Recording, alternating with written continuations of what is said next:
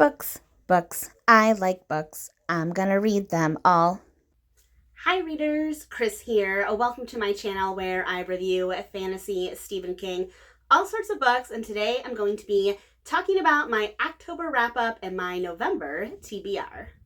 So let's talk about October. October was a bit of a weird month for me. Not only was it super busy, I feel like I say that all the time, but I also feel like I got into kind of like a funk, if that makes sense. I got into a bit of a funk, a bit of a reading funk, a bit of a social media funk, a bit of a booktube funk, and before I jump into my books, I do want to call out a few people that really helped me with this funk, because I always knew that I would meet people talking about books publicly, but I don't think I ever realized the depth of connections that you can really make with people.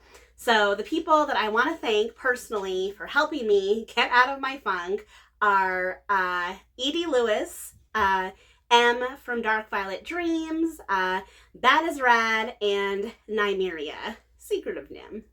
I'm super thankful that I have friends to help me get out of my funk. So now I'm going to jump in and talk about the books that I read in October, which I actually finished a record 9 books. Now, to be fair, 2 out of the 9 were holdovers from September, but I still finished 9 books, which is pretty good, especially for me.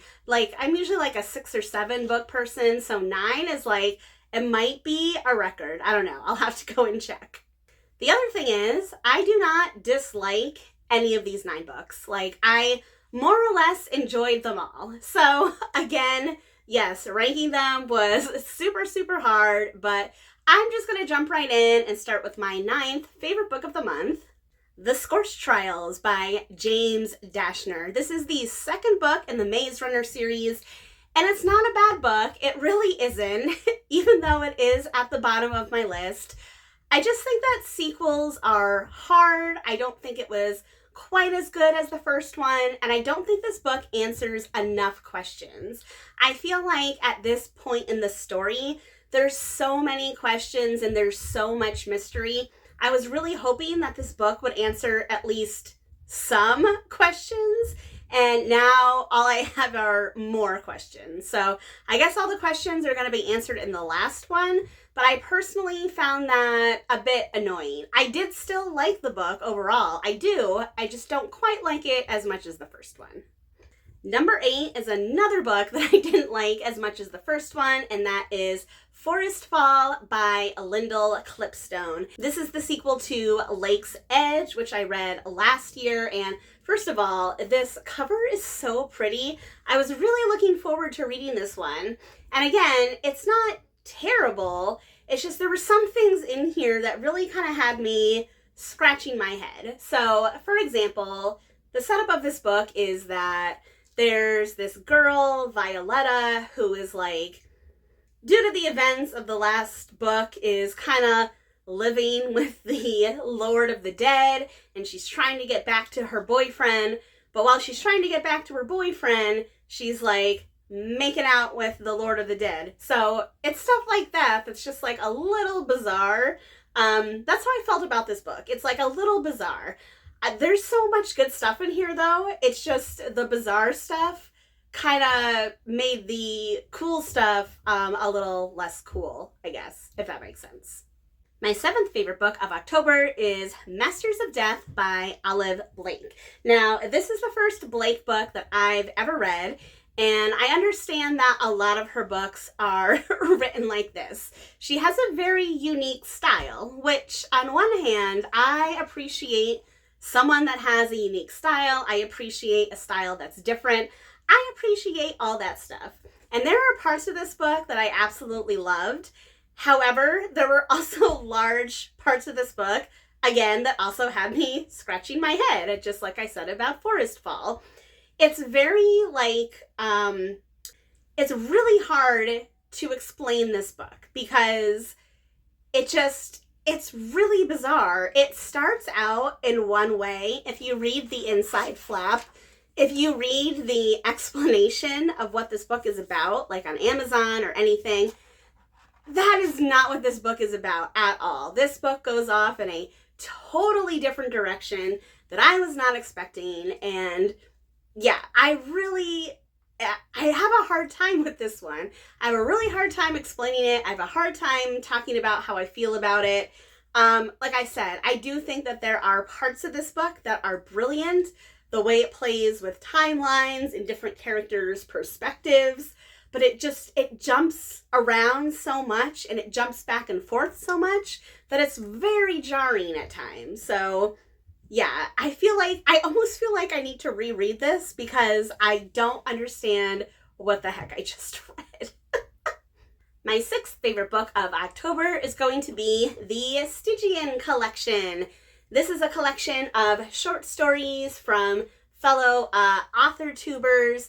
There was a Kickstarter to get this book published. I did donate to the Kickstarter. So yes, I am slightly biased, but like most short story collections, there are some things in here that are really great that I really connected with. I'm going to call out Dave from Dave and Olive. I really enjoyed his story in here. There were some other ones that I just didn't connect with as much because, hey, you know, we all like different things.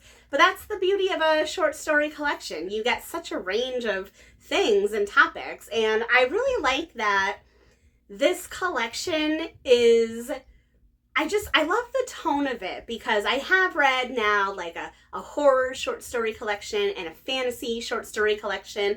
And there's some horror in there and there's some fantasy in here, but it kind of has this like dark gothic-y feel to it. So even if you're someone who's not into horror, like you could totally read this and be fine. So I think that's pretty cool. My fifth favorite book of the month is going to be Nettle and Bone by T. Kingfisher.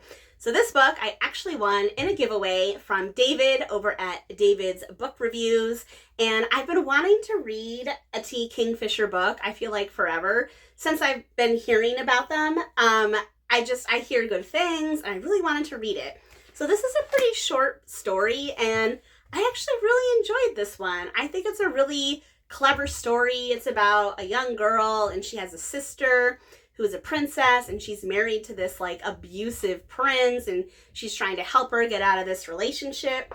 This book has a really fun story. It's kind of like a quest type thing where you have a girl and she has to do like X, Y, and Z to get the thing to save her sister, and she acquires like a ragtag team around her as she kind of goes on this quest. I really enjoy stories like this, and I think the ending of this book was really fun. So like I don't think it's like the best thing I've ever read, and there's definitely things that I enjoyed more this month, but this was a really solid story. And I am really looking forward to reading more T. Kingfisher books. All right, so now we're getting into the top 4. And all 4 of these books that are in the top, I think really affected me in an emotional way, which is why they're at the top. And I'm going to start with Killers of the Flower Moon by David Grann. I started reading this back in September. I didn't finish it until about mid-October. This is the first nonfiction book that I've actually read in quite a while, but because of the movie coming out, I really wanted to read the book and familiarize myself with this story. And what I found is that this story is like, it's crazy. Like, on a purely historical setting, like, there's so much information in here and so much that anyone living in America should know because this is a part of our history. But there's also this like emotional aspect as well where you think about all the horrible things that happen to these people and it's really hard to like wrap your head around the fact that so many people had so much wrong done to them. Like it's really heartbreaking. So it's interesting, it's educational, but it's also really heartbreaking to read. And yeah, from like a story structure standpoint, it's really well written, especially the way that there's like 2 separate stories, one in the past, one in like more of the quote unquote present. I think this book was written a few years ago. So and it just like unveils this little pieces of information, little pieces of the puzzle as you read it, and then you get to the end and it's kind of like mind-blowing stuff. So yeah, if you have any interest in this story whatsoever, definitely read the book because it's really well done. My third favorite book of October is going to be Dreamcatcher by Stephen King. This is a really odd Stephen King book. Do I think this is the best Stephen King book ever? Absolutely not. In fact, I can see the flaws with this book. There are flaws. I'll talk about them eventually when I go into a deep dive. However, here's the thing about this one. This was a reread for me. I first read this book way back when I was in college. And at the time I read it, I was going through a difficult time and I had an impulse to run out and go shopping like you do when you're not feeling good. And this book had just come out. It was a new release. I picked it up. I brought it back to my dorm room.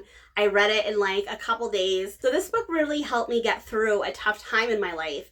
And because of that, like, it has a really special place in my heart. And reading parts of this, having the memories come back, like, it's just a really special experience. So yes, again, I'm totally biased here because this book is not perfect. It definitely has flaws. And I can tell you, like, there are definitely some things in here I would have edited out.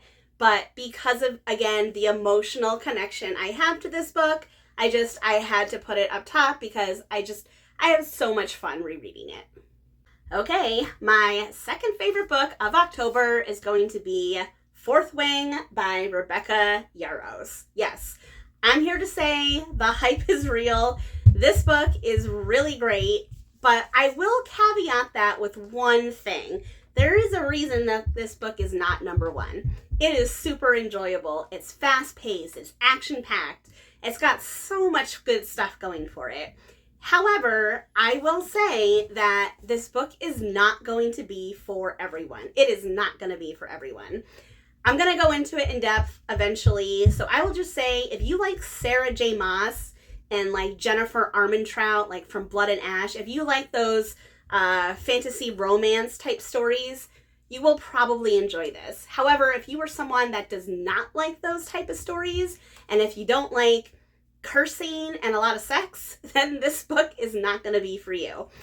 Now, I go back and forth on that. I feel like it can work if it's done right. I don't like Sarah J. Maas's adult books, or new adult, whatever you want to call them, but I do like her YA. And this is much more of the adult. It's adult or new adult, whatever you want to call it. The characters are supposed to be in their 20s. There's tons of cursing. There's definitely a lot of sex. And yeah, so if you like that, or it doesn't bother you, you might really like this. However, if you don't like that stuff, I would say this one is not going to be for you. So just be aware of that. And finally, that's going to bring me to my number one favorite book of October. And if I'm being honest, there was no competition. This was always going to be number one. I finished this book super early in the month, but nothing else has come close to it. And that is Words of Radiance by Brandon Sanderson. This is one of the few times that I actually think that the sequel, because this is a sequel, this was the sequel to The Way of Kings. I enjoyed this one so much more than The Way of Kings. I think because in The Way of Kings, I didn't know the characters yet. I didn't know them. I wasn't connected with them. I had no idea where the story was going. So by the time I got to this one, I know all the characters. I'm invested in their stories. I know where it's going. And this book just, oh man, wow. This book blew me away. Blew me away. It is so good. Every single character, every single storyline, everything that happens in here, the world building, the plot, the pacing, like everything in here worked for me 100% of the time. I absolutely love this book, and this series is quickly becoming like one of my favorites. I can't wait to continue with it, and I'm just sad that it took me so long to read it. So those are all my books from October, and now I'm going to talk about my TBR for November. And for November, I am minimizing my TBR. Not only because I've been reading too many books and it's been crazy, But I have another trip coming up next month, and because I'm going to be gone for about a week, I don't want to put too many books on my TBR. In fact, I'm pretty sure I already have too many, but that's okay. I'm going to start off with my reader recommendation of the month. And this is actually going to be something a little bit different because it's a graphic novel, and it is called Meems and Feefs, Ferrets from Planet Ferretonia. Yes, that's right. It is a graphic novel all about ferrets. If you're over on Instagram, I would highly recommend looking up this Instagram account, Siberian Lizard. I'll post it somewhere here in editing. Siberian Lizard, she is an artist, and she does all these like cartoons and webtoons, and she's been doing this on her Instagram channel for years. So earlier this year, she decided to take all of her, stuff and put it into a book. And of course, as soon as I heard about it, I had to pre-order it. It finally came last month. I'm super excited because, ferrets. Do I really need to say more here? I don't think so. Yeah, really looking forward to reading this one. Next up, I can't stop my Stephen King journey. Stephen King stops for no one. And next up on the publication date list is Black House. This is another collaboration between Stephen King and Peter Straub. They did one collaboration, The Talisman, and I believe this is supposed to be a sequel to The Talisman. Now, I thought The Talisman was okay. I feel like that one is overhyped. I know a lot of people really love it, and I guess I'm in the minority. So I'm a little nervous about this one. I'm a little nervous that because I didn't like The Talisman, I'm not going to like this one either. But I don't know. Hopefully, maybe I'll like this one better. For my adult fantasy of the month, if you've been around here for a while, you will know that whenever I go on a trip, I take a steamy, smutty, supernatural romance with me. This time is going to be no exception. So I am bringing Unleash the Night by Sherilyn Kenyon. Sherilyn Kenyon has this whole series, which she calls the Dark Hunter series, and it's all like smutty romance between supernatural creatures and humans. I find them highly entertaining. There's no substance at all. They're just total smut and total, ridiculousness. And I just think there's something really funny about being on a quiet plane, reading a smutty book and giggling. Because yes, I cannot read these books without giggling, which is why I love them so much. I love books that make me laugh and giggle. And yeah, so hopefully this one will do the trick. For my rando book of the month, I have a short horror book called Hide by Kiersten White. She's written a bunch of horror books, and they always look so, colorful. I've heard some good things, so I'm hoping because this is a short one, I'll be able to finish it even with my trip. And maybe if I like this one, I will be checking out some more Kiersten White in the future. Now, typically I also include a YA fantasy, and I technically don't have one this month. However, I got this book recently, and I just have to read it. And that is Swordcatcher by Cassandra Clare. Yes, I got a special edition of Swordcatcher from Owl Crate. This is supposed to be Cassandra Clare's first adult book, but I'm very curious to see how adult it actually is. She's most well known for her YA Shadowhunter series. So when I heard this book was coming out, of course I needed a copy. I love the Shadowhunter series. So I'm hoping that this adult book is actually adult. I hope it's not one of those new adult. I hope it's actually adult. So yeah, it's a bit chunky, so I'm a little worried about it, but I really wanted to read it, so I couldn't wait. I literally just got it a week ago, and I've already started it. I had to.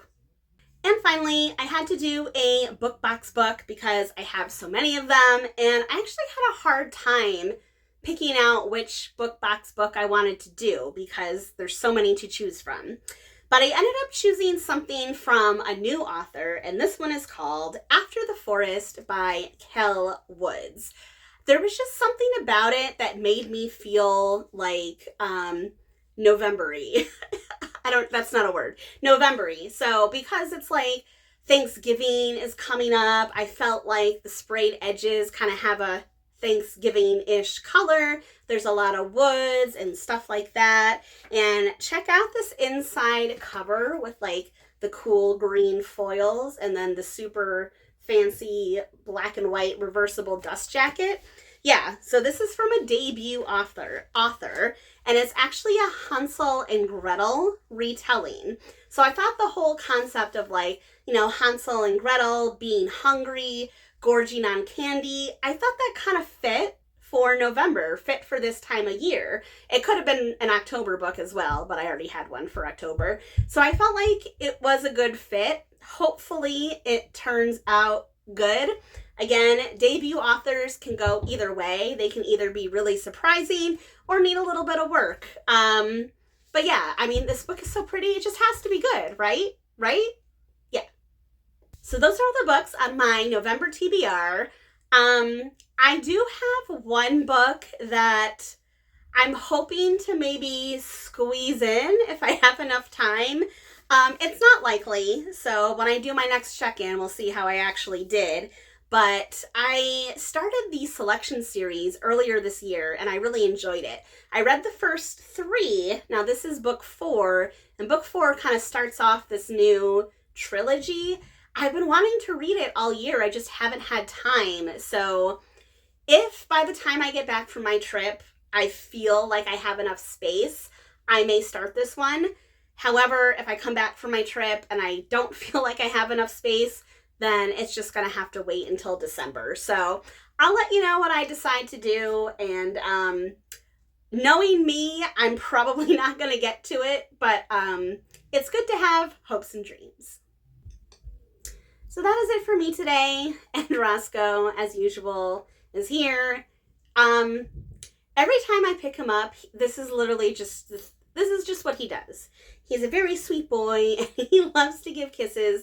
He does it to everyone, like not just me. Everyone who picks him up gets this. But anyway, now I want to know from you, what was your favorite book of October? What are you reading in November? Let us know all of your thoughts in the comments section below. And as always, if you like this video, please give it a thumbs up. If you're not already, please subscribe to my channel for more bookish stuff and more furry friends coming your way soon. All right, everyone. Happy reading.